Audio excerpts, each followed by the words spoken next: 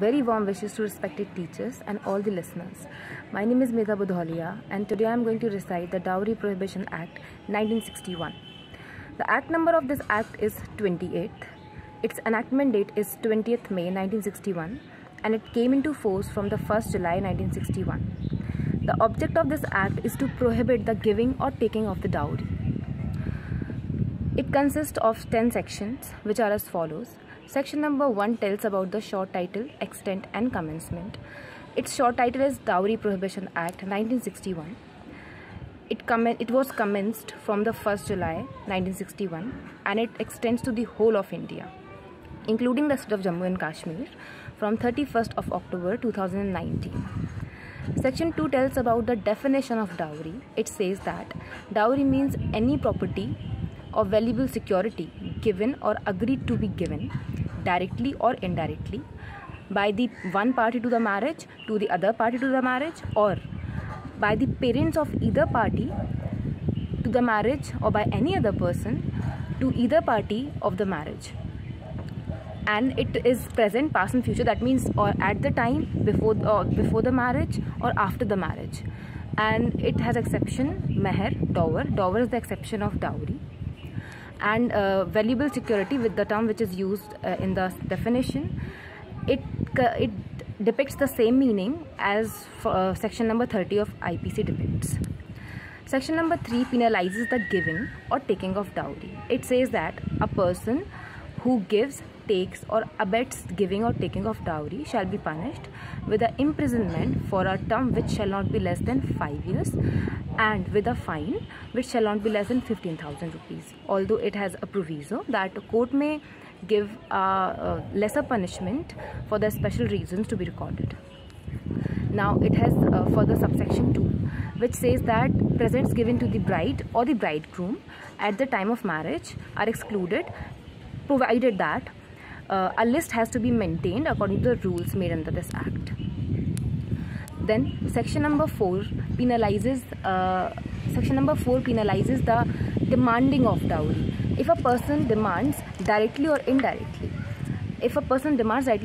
from the parents or the other relatives or the guardian of the bride or bridegroom, as the case may be, the person shall be punished for imprisonment for a term which shall not be less than 6 months and which may extend to 2 years, and with a fine also which shall extend to 10,000 rupees.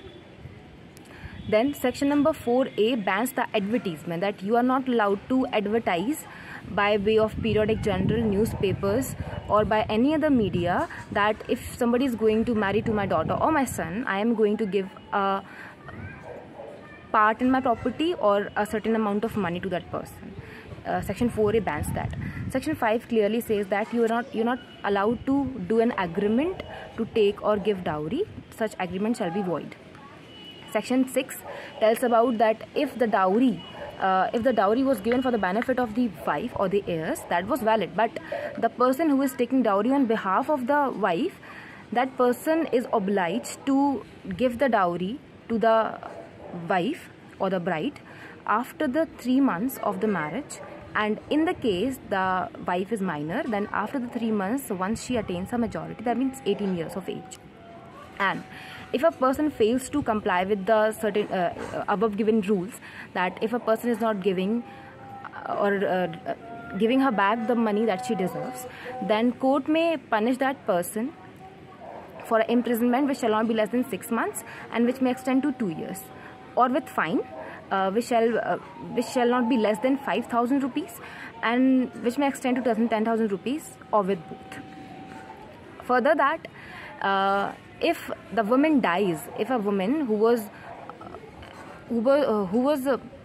claimant to that dowry, if she dies before she receives the dowry, then her heirs, or in case she does not have any children, then it shall be reverted to the parents of such girl.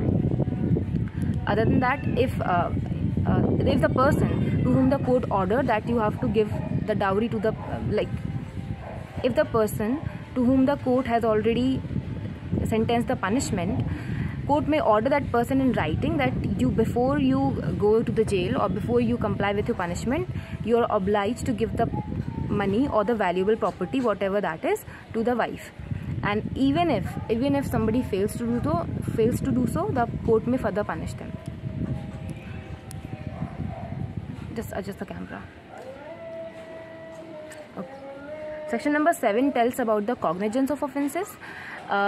No magistrate lesser than the MM or the JMFC can take the cognizance thereof, and they can take the cognizance on its own knowledge, or the police report, or a complaint by the person aggrieved, or by any recognized institution, or the parent or the relative of such person also.